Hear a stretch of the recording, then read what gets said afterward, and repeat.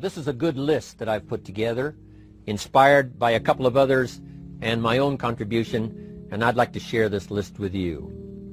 First, learning the power of purpose. A person who has purpose in their life, they have something to go for, some meaning. One writer described it, for some people it becomes a magnificent obsession. And for you and I, maybe it doesn't need to be that dramatic as a magnificent obsession. But it has to be something that does something to us, something that pulls us, especially into the future.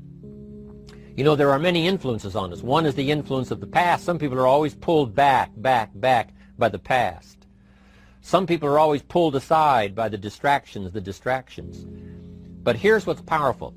If you have a list of high purpose in your life, it pulls you toward the future. And the more powerful the purpose is, the stronger it pulls. And here's the other great advantage if you have purpose for the future. It pulls you through all kinds of challenges and all kinds of difficulties. If you don't have these strong purposes for the future, it's easy to get swallowed by a bad day. It's easy to be almost annihilated by a poor month. And it's easy sometimes to almost disappear beneath the waves of a year that goes backwards if you don't have something to pull you beyond that year. So if you want something to pull you through all kinds of challenges, all kinds of difficulties and things that come at you, you got to have something on out there, beyond today, beyond next week, beyond next month, beyond this year, that pulls you into the future. And the clearer it is, the stronger it pulls. The more dynamic it is, the more it affects your life, your spirit, your heart, your soul. It also creates imagination. It gets your mind working on how to achieve that purpose. And if your mind will work, and if your heart works, and if your spirit works, and if you have good input, like good ideas, I'm telling you, there isn't anything you can't accomplish. So that's one of the great powers that'll make a variable of you, and that is purpose. Here's the next one, self-confidence. Where does self-confidence come from? And this is the best advice I can give you on that. Not neglecting, first of all, the small daily disciplines. Self-confidence really comes from feeling good about yourself. And one of the best ways to feel good about yourself is at the end of the day to know that you poured it on. You did your best. If you conducted a meeting, you did the best you could. If you made a phone call, it was the best phone call you could possibly make. If you wrote a letter, it wasn't a casual letter, it was your best letter. At the end of those kind of days, when you feel good about yourself, self-confidence starts to rise. You know that if you can have this kind of a good day, you can have another one the next day, and those days become the weeks become the months, and the month becomes a powerful year. Self-confidence comes from the lack of neglect.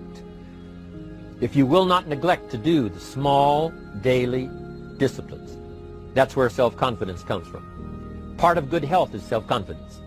I know I'm going to be healthy. I take the Herbalife products. I eat the apple a day. I walk around the block. I do the jogging on the beach. At the end of the day, when you've really poured it on and you've done all the stuff, self-confidence grows. That self-confidence affects your health. It affects your future. It affects your psyche. So this is true. One of the great powers is self-confidence. Self-confidence means willingness to do whatever it takes to achieve. Some people say, well, I'll do it for a little while and see what happens. You know, I'll try a couple of things. If that doesn't work, I'm out of here. And all of us know that that kind of person doesn't have much of a future. But if you're willing to do whatever it takes. If I have to learn a couple of things, I will learn those things. If I got to learn 5 or 6 things, I'll learn all 6. If I have to take an extra class, I'll take an extra class. If I've got to read the books, I'll read the books. If I have to consult with people who know more than I know, I will do the necessary consulting. Whatever it takes, I will do. That starts to develop unbelievable self-confidence.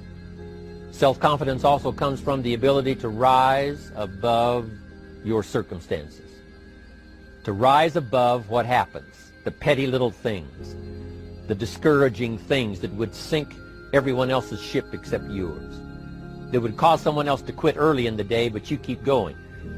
That kind of willingness to overcome all circumstances, whether it's the little challenges or the big challenges. If you're willing to do that, I promise you, this kind of power will work for you, and in you, the variable, it'll make a difference.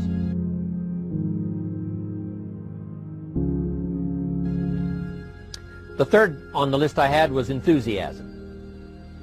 And here's what I wrote about enthusiasm. Enthusiasm that's powerful is mostly enthusiasm that is enthusiasm inside, 90%, 10% outside.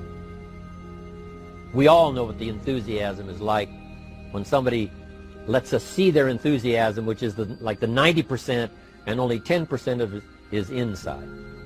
But the enthusiasm that really affects people is not just being loud, but the enthusiasm that runs deep, the enthusiasm that comes from deep inside, created by self-confidence, created by purpose, created by genuine willingness to help other people. That kind of enthusiasm, knowing that you're going to get the job done, knowing you're going to affect people, knowing you're going to have testimonials flowing in from all kinds of directions. That kind of enthusiasm. A lot of it is quiet. A lot of it is unheard. And the 10% that's heard, it rings a bell. People call it genuine enthusiasm because they know that what you say in the outward display of your enthusiasm is only a small tip of the iceberg of the enthusiasm you feel inside that really motivates you to do the best job you can. Next on my list to help you become the powerful variable is expertise. Wanting to excel in all of the skills and settling for nothing less than an outstanding performance. If you're willing to be the best in your field, if you're willing to demand of yourself excellence in skills, to be the best that you can possibly be, in the training, do the best you possibly can. In doing a workshop, do the best you possibly can. Developing the skills of using your personality, developing the skills of language, developing the skills of influence, developing the skills of organizing. If you're willing to be an expert in all of the skills, Herbalife has the way for you to invest those skills and not only make a handsome living, not only make a lot of money, but if you would so desire and if it would be your purpose, a chance to make your fortune. Expertise, excellence in skills.